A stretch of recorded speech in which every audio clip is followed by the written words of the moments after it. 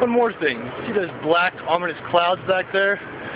Went from sweating hot this morning to pouring down rain and marble-sized hailstones this afternoon.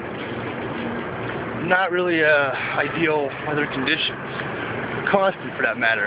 So, yeah, that was a nice little getting sacked on the head by giant chunks of ice in Afghanistan in May. That's not right. Nothing over here is right. Everything's pretty jacked up, honestly. You'll learn that too. Okay.